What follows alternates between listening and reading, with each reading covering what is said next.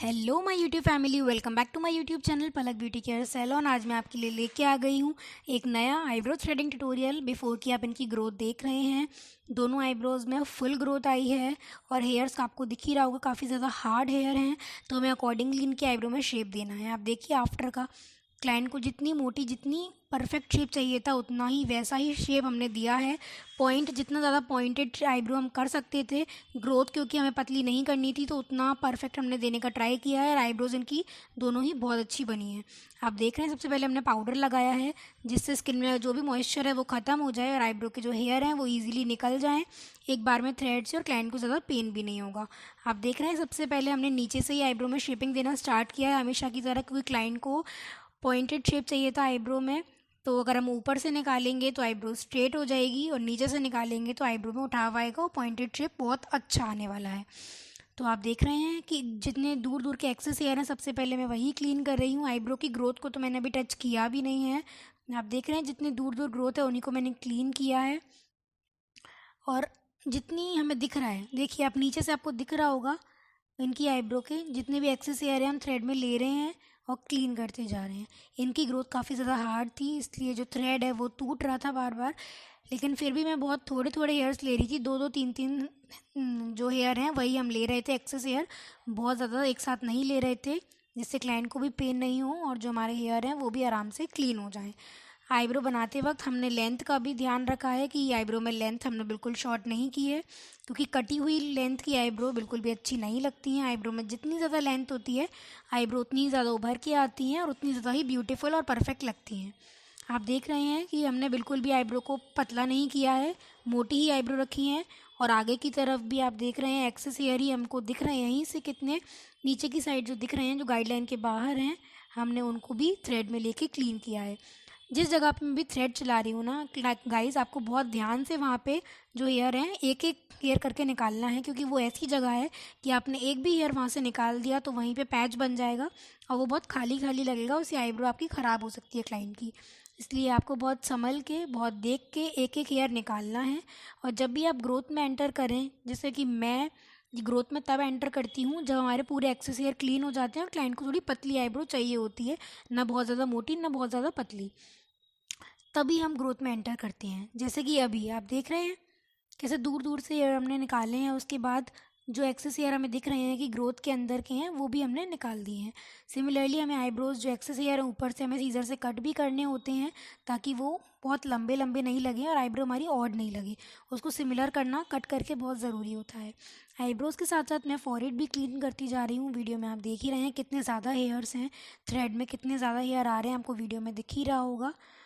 तो उसके अकॉर्डिंगली हमें फॉरहेड भी क्लीन करते जाना है और लेंथ बिल्कुल भी शॉर्ट नहीं करनी है। और ऊपर से भी आप देख रहे हैं कि मैं डायगनली थ्रेड चला रही हूँ पॉइंटेड शेप देने के लिए, जिससे पॉइंटेड शेप और अच्छा है। आपको दिख ही रहा होगा पॉइंटेड शेप अब दिखने लग गया है, फिनिशिंग आने लग गई है। गाइज़ एक चीज़ और आप नोट कर रहे होंगे कि जब हम आईब्रो बनाते हैं तो साथ में हम जब फॉरहेड भी क्लीन कर लेते हैं ना, तो हमारी आईब्रोज़ में और ज़्यादा फिनिशिंग लगती है और हमारी आईब्रोज़ और ज़्यादा अच्छी लगने लगती हैं, क्लैरिटी आती है आईब्रोज़ में। तो इसलिए फॉरहेड भी क्लीन कर लेना चाहिए। अगर कोई कोई नहीं करवाता है क्लाइंट तो आप एडवाइस दे सकते हैं, अगर फिर भी नहीं करवाते हैं तो it is completely up to them. आप देख रहे हैं कि हम नीचे के भी एक्सेस हेयर क्लीन कर रहे हैं, आईब्रोज़ के नीचे, आईब्रोज़ के ऊपर, हर तरफ के। और आईब्रोज़ को हमने पतला भी बिल्कुल भी नहीं किया है। आप देख रहे हैं कि ऊपर से भी अब हम एक्सेस हेयर को क्लीन कर रहे हैं, आईब्रो में फिनिशिंग दे रहे हैं। आपको दिख रहा होगा अब इनकी आईब्रोज़ का शेप आ ही चुका है बिल्कुल बन के, और कितनी अच्छी कितनी परफेक्ट आईब्रोज़ इनकी लग रही हैं। अगर इसमें और भी हम फिनिशिंग दे सकते थे, अगर क्लाइंट को चाहिए कि थोड़ी आईब्रोज़ हम पतली करें, क्योंकि फिनिशिंग हम तभी दे सकते हैं जितनी ज़्यादा आईब्रोज़ पतली होती जाएंगी, नीचे से हम ग्रोथ क्लीन करते जाएंगे, उतना ज़्यादा उसमें और ज़्यादा फिनिश्ड कर्व और उतना ज़्यादा और फिनिश्ड शेप उसमें आता जाएगा। क्योंकि नीचे से ही ग्रोथ निकालने हैं, जितनी ज़्यादा आप नीचे से ग्रोथ क्लीन करेंगे उतना ज़्यादा आईब्रोज़ आपकी ऊपर उठती जाएंगी और उतना ज़्यादा उसमें आर्क शेप आता जाएगा।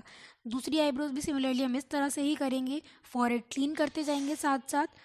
फॉरहेड पे भी काफ़ी ज़्यादा डेंस हेयर है इनके, अच्छे से पाउडर लगा के फिर ही आपको फॉरहेड करना है, वरना अगर मॉइस्चर है या फिर क्लाइंट कोई क्रीम लगा के आए हैं पहले से ही तो स्किन में कट आने के चांसेस हैं, थ्रेड स्लिप हो सकता है।